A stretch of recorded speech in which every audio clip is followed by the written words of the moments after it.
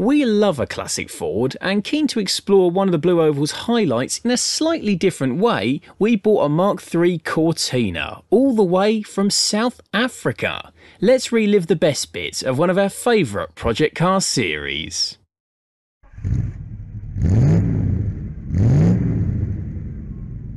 But first, our friends at Lancaster Insurance are running monthly giveaways. You can win all sorts, from experience days to tools, restaurant vouchers and tech. So click the link below at the end of the video to enter their latest competition.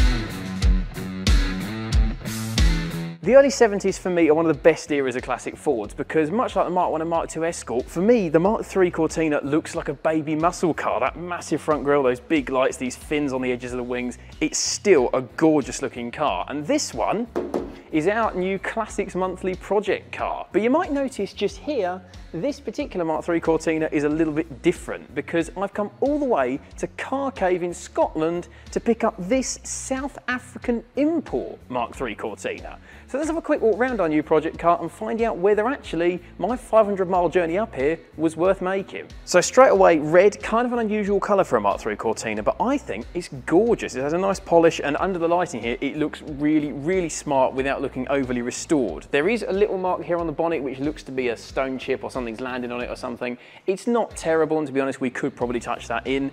Moving down here, because it's a South African car, the chrome is, again, really good. There's no stone chips, it's not pitted. The number plate carrier still in good condition. That's going on someone's garage wall, that looks fantastic. But again, it's all in really good nick. That big old plastic grille, those screws you'll probably find will actually come off, whereas the equivalent British car, they'd be rusted in there and you'd have to drill them out or something. That's another good benefit of buying a car of this age from a warm, dry climate. And that is only exacerbated when you look at the body. I mean, yeah, it's not perfect. There's a couple of tiny little dings here which I don't think the camera will even be able to pick up, but on the whole, this is really, really clean. It's straight as an arrow down there. This arch is still made of metal, which is an alien concept to anyone used to old Fords. This sill is still made of metal. This is on the whole a really solid example. We haven't got to spend hours and hours and thousands of pounds welding this thing up. It's shod in 4 brand new Toyo tyres, perfect because the ones that were on it were a bit ancient, to be honest, and it's got some beautiful but unrestored Ross style wheels. Again, they look really, really nice. What we were after here is an honest example of a Mk3 Cortina that you wouldn't be scared to use, because we were just talking before we started filming, you don't want a 20 grand concourse car because then you're going to be scared to use it. This, it wasn't 20 grand, it's not concourse, but on the other hand, we will have no qualms about driving it back to Peterborough when we've finished filming. One of the reasons why Cortinas often don't survive in very good nick is because, remember, back in the 70s, these weren't classics to preserve for the future, they were just people's cars. But this one appears to have had one very caring owner back in South Africa. That door trim, absolutely unmarked. Still got all the original chrome door handle and window winder. That looks lovely. Tiny bit of bolster wear there on the seat, but frankly, this is a nigh on 50-year-old car. Find me an unrestored 50-year-old car with mint seats and I'll show you someone who's lying. Jump in. Oh, 70s smell, that's fantastic. We're talking about a car with 113,000 kilometers on the clock, which is, off the top of my head, about 70,000. We'll put it on screen exactly what it is, and it feels it, to be honest. The steering wheel absolutely unmarked, all the switchgear still feels good. Even the headliner is really, really immaculate. It doesn't smell of stale smoke in here. No one sat in here with massive hair or a hat on, hasn't dented it. All the trim is really, really nice. Under the bonnet, no Essex V6 or even a 2-litre Pinto. What we've got is the old faithful 1600 cross-flow engine, and this one looks to be in really, really good nick. You can probably see there, no obvious signs of any oil leaks, not even down all the manifolds there. It's just been serviced, so it's going to be good for many, many more miles, or in this case, kilometers. Original Ford radiator cap, that's where your money goes. And again, actually in the engine bay, is solid. The strut tops are all good. There's no rot on the inner wings. Genuinely, this really is a solid car, and even things like the original Motorcraft sticker there, the original Ford plate, that's still legible and in good nick. And then we come to the back. Now, again, this isn't a very high-spec car, and this was in the days where the world knew that you didn't have a high-spec car, the Cortina L, big old L, but this is perfect because those of you who've been watching Classics World for a long time will know that we've just got rid of a Mk3 Escort L, so it's perfect. We've got another L Classic Ford in the stable, big old chrome tailpipe, that looks great. Even the rear valance look, no rust, no rot, no dings or dents. That South African plate there again. All the chrome forward badging is original and looks really, really clean. So overall then, I think we've bought a good one. This isn't like the Bentley where we've had to walk around and point out everything that's broken, missing or wrong with it. I'm just going around and pointing out everything that's right with it. And with a Mark III Cortina, you really can't go wrong. Even with a 1600 fairly base spec car, I'm already loving it. In my head, I am Gene Hunt. So let's take it for a quick spin and find out if it drives like it looks. Right then, let's take the old girl for a spin. Oh. Starts genuinely first time. That's awesome. Just turning it around in the car park here, the gear change, really nice, really direct, really precise. It feels good. There's a lot of cars they say you change gear and it's just like stirring some cold porridge. It's really unpleasant, but this slots into gear really nicely. Turning circle is really impressive actually. This is back in the day when family cars were big rear-wheel drive saloons, which means of course you can get more lock-on, so it turns around really easily. That little 1600 engine, let's give it some gas. Do you know what? It goes all right. It's only a little 1600 crossflow, it's not the big 3 litre, but that actually goes all right. Going over the bumps here, no rattles, no squeaks. I haven't left the rear bumper on the road behind me, so that's obviously attached well. It actually feels really solid for any 50-year-old car, leave alone one that's had a pretty much unknown life in South Africa. So was it worth driving all the way up to Edinburgh to pick up this South African Mark III Cortina? Absolutely it was. It's clean, it looks the part, it's pretty much rust-free, it drives superbly. Happy with our purchase, we set about UK registering and tidying up the Cortina. And enjoying it, of course.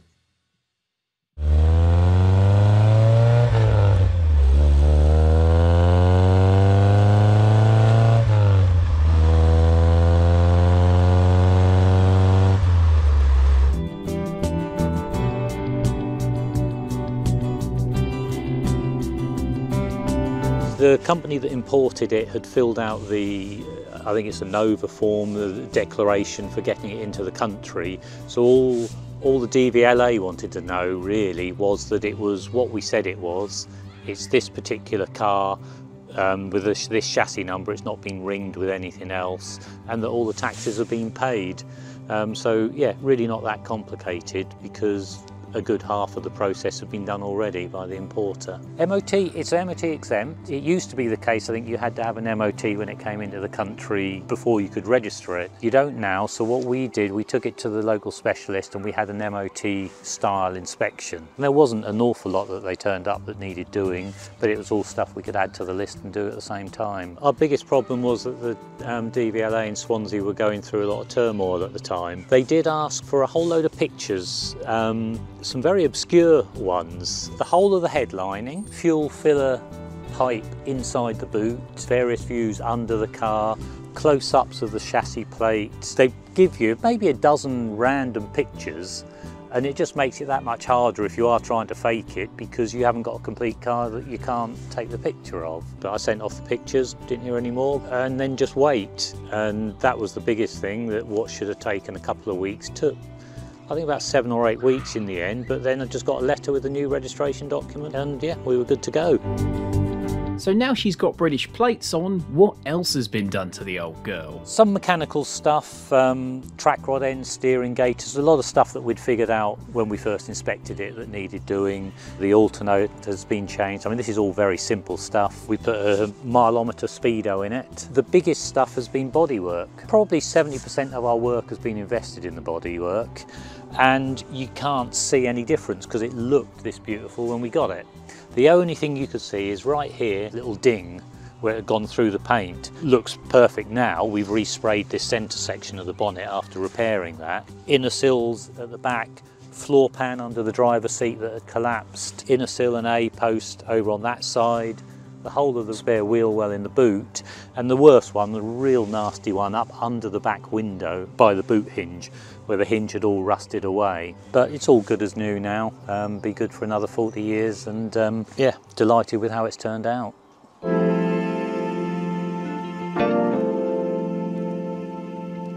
I've had the Cortina at home for a few weeks now, and I've done some work to it too. The car was running rich and stumbling at higher revs, so I adjusted the mixture and idle on the carburettor. Then I replaced the crumbling vacuum advance hose with a brand new one, and with those two quick fixes, the old girl had her sparkle back. Now, after a few days of heavy rain, the car was starting to fill with water in the footwells, which is never a good thing for a classic car.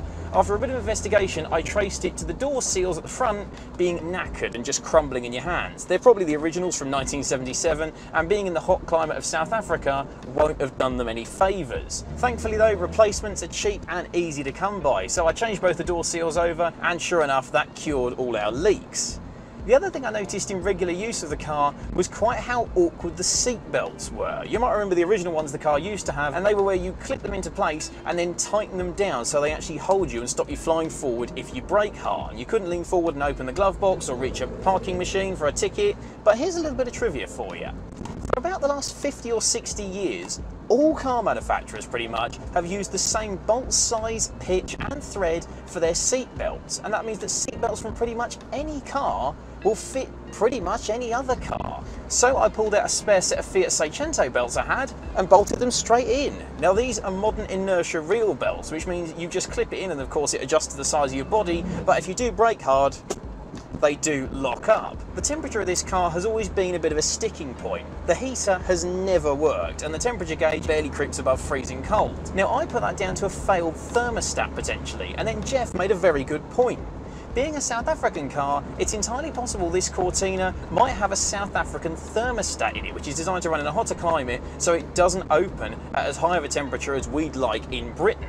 And sure enough, when I pulled it out, the thermostat in the car was an 82-degree one, whereas the British replacement one I'd sourced was 88. With the new thermostat in, the car was running at the correct temperature, but the heater still wasn't really working. It turns out the South African cars have a smaller heater box with a different heater matrix that, even with a correct UK thermostat in, don't ever really get warm. I called out to the Cortina community, and a chap who'd fitted a Rover V8 into his Mark III came to my rescue. Space was at a premium in his engine bay, so we agreed a straight swap of our smaller SA spec heater box for his UK unit, complete with a functioning heater matrix. So I pulled out our heater box, put in the UK spec one, and took the bottom hose out, drained all that orange rusty coolant that was in the car, and flushed it through before putting 4 litres of fresh, correct spec coolant, and after bleeding it all out, the car now has a heater. Now granted, you might be able to tell it's not really the day to need a heater in the car, but with a classic, particularly if you're going to go on long trips in it,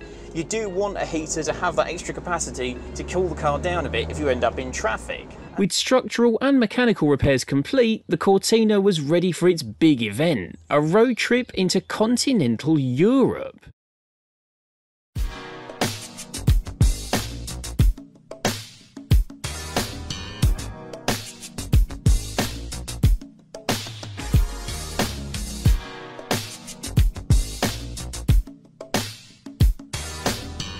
We are on the Classic Ford Tour 2022 and we're going to Europe, to Belgium specifically, for 3 days of classic car adventures. And as you can see, we've been joined by a selection of fantastic classic Fords. We've got an old Fiesta there, we've got an old Capri here, there's Escorts up there, there's a modern Focus RS, all kinds of incredible old Fords. And over the next few days, we're going to show you just how much fun you can have with them. So let's get on the ferry and get to Europe.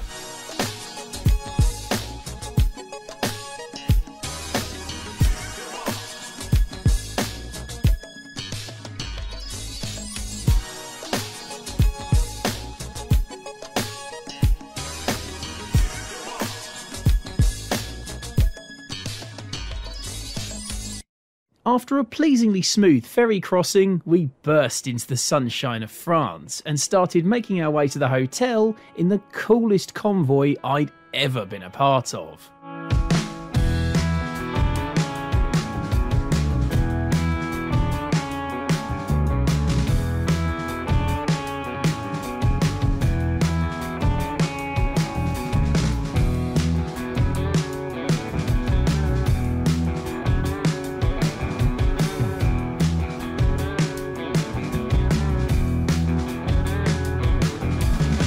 So here we go then, off the ferry. We've been deposited in France for following that Fiesta, and we've got a lovely Mark II Escort in front of that. And first thing we've got to do today is get to Belgium. We're going to Bruges, where our hotel is, and we've done a couple of miles, or kilometres I suppose, in France so far. The Cortina is feeling great. This car is so nice. So let's enjoy this beautiful French and then hopefully Belgian weather, and the adventure begins.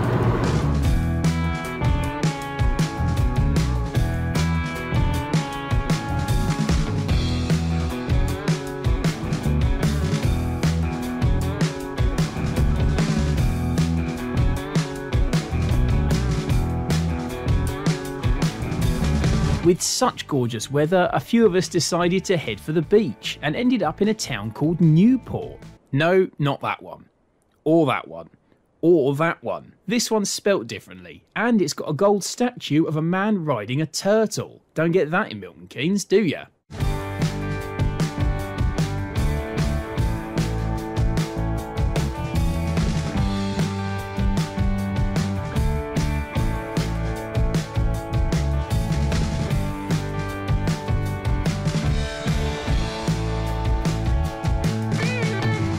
After lunch, we got back on the road and headed for our hotel. I'm not quite sure what it was, but something told me we were in the right place.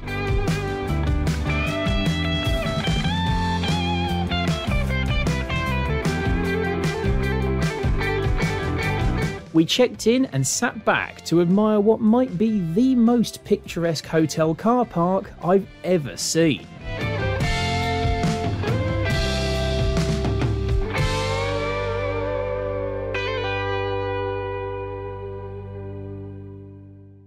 Day 2. We made it to Bruges pretty much unscathed yesterday. I've just checked the oil and the coolant, and the Cortina has used none of either of them, which frankly, travelling with a 45-year-old car is certainly not a given. Just ask the Bentley. Really pleased with that. The plan for day 2 was some sightseeing and exploration of the nearby Netherlands. Most of us had different plans for the day, so I fired up the Cortina, and in convoy with a lovely Mark II Escort, we headed north.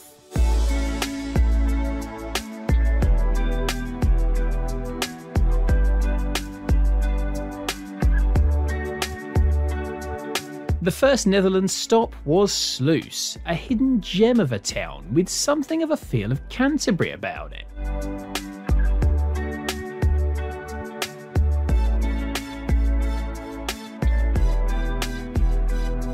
Pretty little towns like this make me realise how much I've missed travel over the last 2 years. So after getting a taste of the local culture, we pushed further north.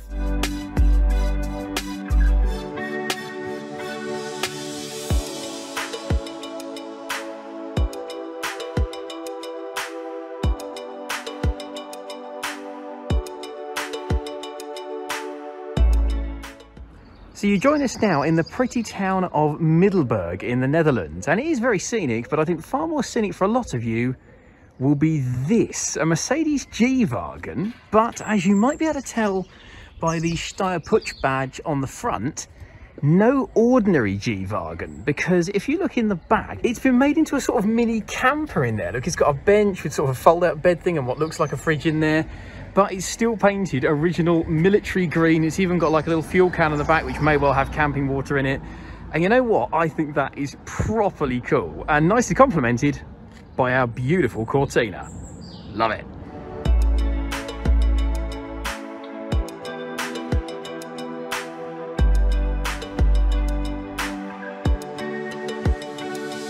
Lada. You have to get a shot of a first-gen Renault Twingo whenever you're in Europe. It's the law. A nice bench made out of an old Indian motorcycle. Love it.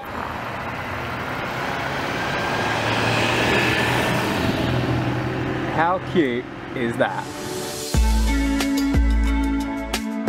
After soaking up some automotive culture, we decided to head into the countryside. As the views got more Dutch and the Cortina continued to effortlessly cover the miles, I couldn't help but reflect on the old girl. I've been thinking a little bit about how far this car's come.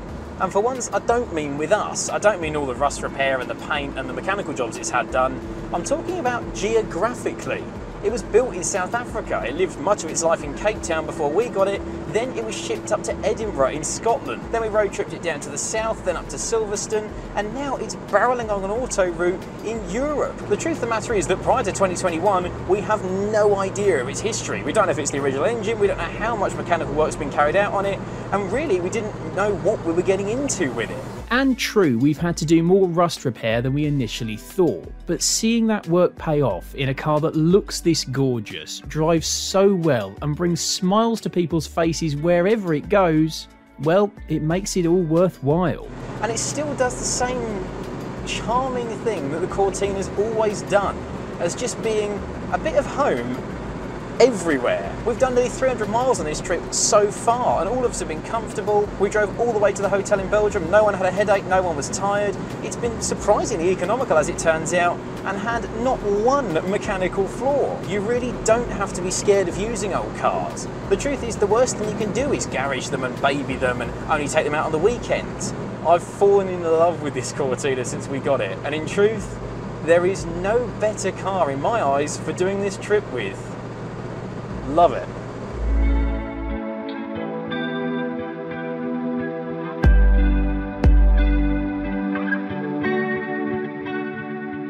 As the sun set, we headed back to the hotel. After pulling over to fix a troublesome bonnet latch not once, not twice, but 3 times, we eventually made it back to Bruges and had another taste of local culture.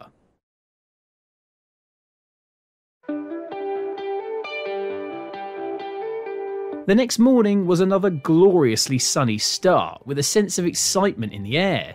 The Ford Taunus M Club of Belgium were having their first meet-up in 10 years, and our classic Ford tour had been invited to join them. The meeting location of Nazareth seemed appropriate, because what we found was classic Ford heaven.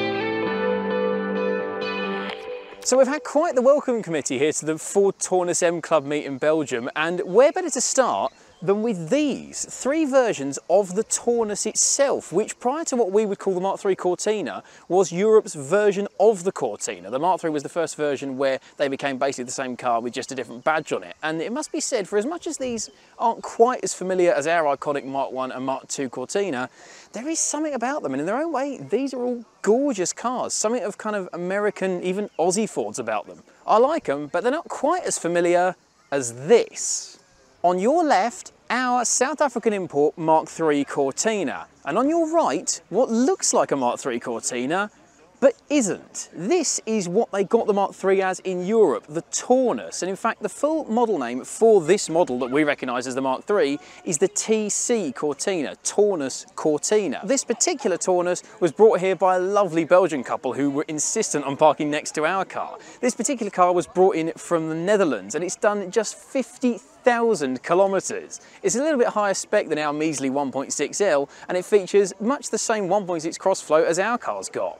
It might not have quite the connection with me that this one does, but I'm a big fan.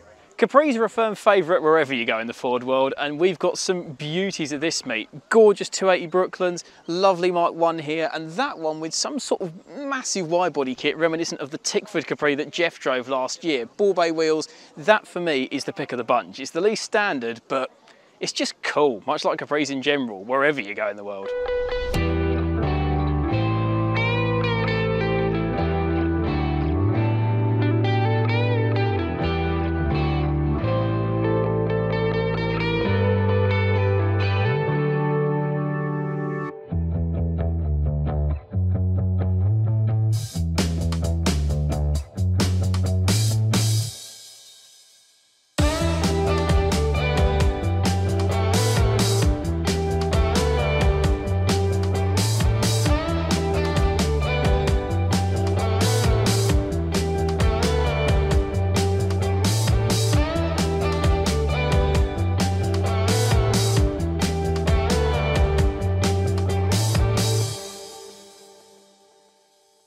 One thing that never fails to amaze me about the Ford scene is the diversity. I mean, look at this, 3-door Sierra Cosworth, 49 F1 flathead pickup truck, and a beautiful little Mark II Escort on RS4 spokes. I mean, any one of these would be a dream to drive on a day like today, and it just goes to show the Ford scene is a whole lot more than just Mark I Escorts and Capris. Whether you're at a show in Belgium or our very own Ford Fair and Classic Ford show, the Blue Oval scene, there's an awful lot to it, and it must be said, even as an outsider, I'm getting pulled into it. And in such a warm, welcoming community as this one, you can see why. As we tore the Cortina away from its adoring public and headed back to Calais, I thought a bit about the last few days.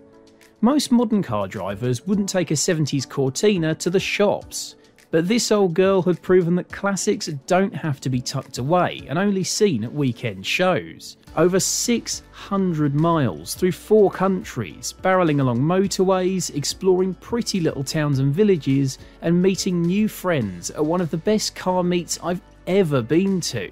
The Cortina had been faultless and brought smiles wherever it went. This trip in a modern car would have been a drive, but in a car like this, it was an adventure that I won't soon forget. Our time with our gorgeous Mark III Cortina came to an end soon after that trip, but from being something of a Ford outsider to begin with, I was now fully converted. The Mark III's looks, driving experience, character, and now the memories I had with it had cemented my love for it as a project car and a companion. I was sad to see it go when we needed to clear the space, but it ultimately ended up in very good hands, as you'll see in a future video. This video is proudly sponsored by Lancaster Insurance. Give them a call on 01480 400 889 for an insurance quote on your classic car. And don't forget to click the link below to enter their latest competition.